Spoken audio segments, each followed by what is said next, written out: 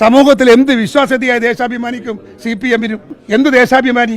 എത്ര വിശ്വാസ്യതയുണ്ട് ദേശാഭിമാനിക്ക്? മൈക്ക് കണ്ടാൽ എന്തും വിളിച്ചു പറഞ്ഞ് വിവാദത്തിലാകുന്നത് കെ സുധാകരന്റെ ഒരു സ്ഥിരം പണിയാണ്. മുൻപ് VD സതീശനെ കുറിച്ച് അസഭ്യം പറഞ്ഞതിന്റെ പേരിലൊക്കെ നേതൃത്വത്തിന്റെ ഭാഗത്തു നിന്ന് കെ സുധാകരന് വിമർശനമൊക്കെ ഉണ്ടാകുന്ന സാഹചര്യമുണ്ടായിരുന്നു.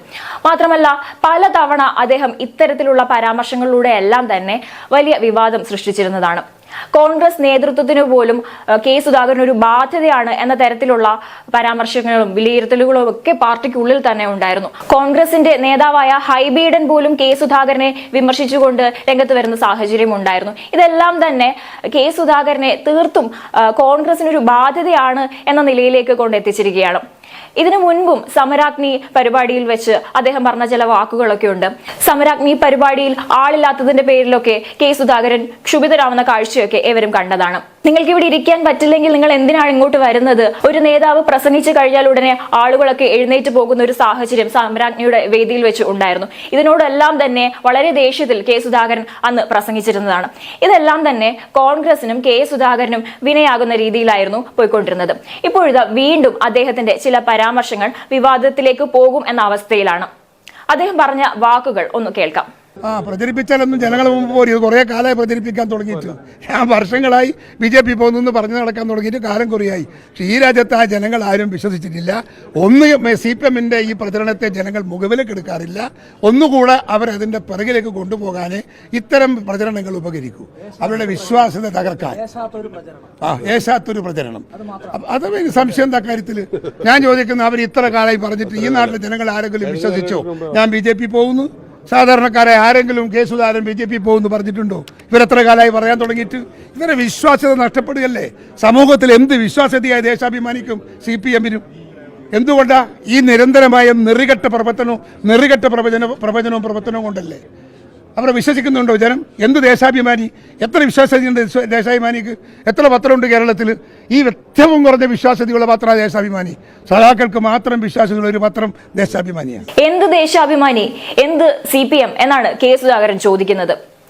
CPM-നും ദേശാഭിമാനിക്കും അല്ലെങ്കിൽ ദേശാഭിമാനി പത്രത്തിന് ആളുകളുടെ ഇടയിൽ, ജനങ്ങളുടെ ഇടയിൽ യാതൊരു വിശ്വാസ്യതയും ഇല്ല എന്ന് പറഞ്ഞു വെക്കുകയാണ് കെ സുധാകരൻ. കെ സുധാകരൻ BJP-യിലേക്ക് പോകുമോ എന്ന മാധ്യമപ്രവർത്തകന്റെ ചോദ്യത്തിന് മറുപടിയായിട്ടായിരുന്നു ഇത്തരത്തിൽ വളരെ ക്ഷുഭിതനായിക്കൊണ്ട് മറുപടി പറഞ്ഞത്. ഞാൻ പോകുന്നത് അവരാണല്ലോ തീരുമാനിക്കുന്നത്. അതുപോലെ തന്നെ വളരെ ലജ്ജിപ്പിക്കുന്ന ഒരു കമന്റ് ആണ് ഇതെന്ന തരത്തിലായിരുന്നു കെ സുധാകരൻ പറഞ്ഞത്.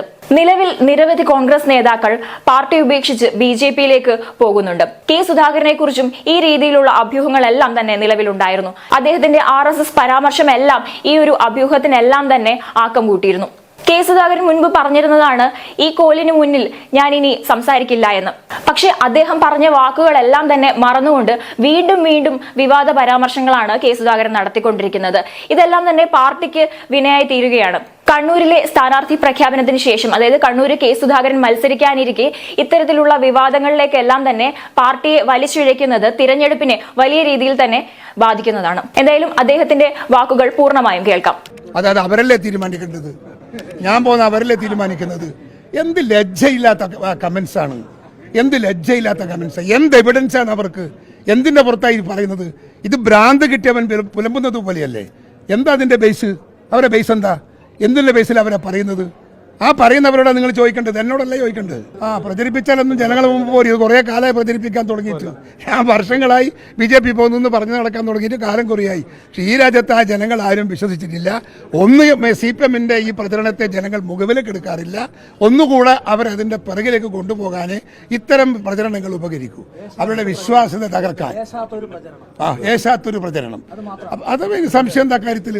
ഞാൻ ചോദിക്കുന്ന അവർ ഇത്ര കാലമായി പറഞ്ഞിട്ട് ഈ നാട്ടിലെ ജനങ്ങൾ ആരെങ്കിലും വിശ്വസിച്ചോ ഞാൻ BJP പോകുന്നു? സാധാരണക്കാരെ ആരെങ്കിലും കെ സുധാകരൻ BJP പോകുന്നു പറഞ്ഞിട്ടുണ്ടോ? ഇവരെത്ര കാലമായി പറയാൻ തുടങ്ങിയിട്ട്? ഇവരെ വിശ്വാസ്യത നഷ്ടപ്പെടുകയല്ലേ? സമൂഹത്തിൽ എന്ത് വിശ്വാസ്യതയായ ദേശാഭിമാനിക്കും CPM-നും? എന്തുകൊണ്ടാ ഈ നിരന്തരമായ നെറികെട്ട പ്രവചനവും കൊണ്ടല്ലേ? അവരെ വിശ്വസിക്കുന്നുണ്ടോ ജനം? എന്ത് ദേശാഭിമാനി? എത്ര വിശ്വാസ്യതയുണ്ട് ദേശാഭിമാനിക്ക്? എത്ര പത്രമുണ്ട് കേരളത്തിൽ? ഈ ഏറ്റവും കുറഞ്ഞ വിശ്വാസ്യതയുള്ള പത്ര ദേശാഭിമാനി. സഖാക്കൾക്ക് മാത്രം വിശ്വാസ്യതയുള്ള ഒരു പത്രം ദേശാഭിമാനിയാണ്.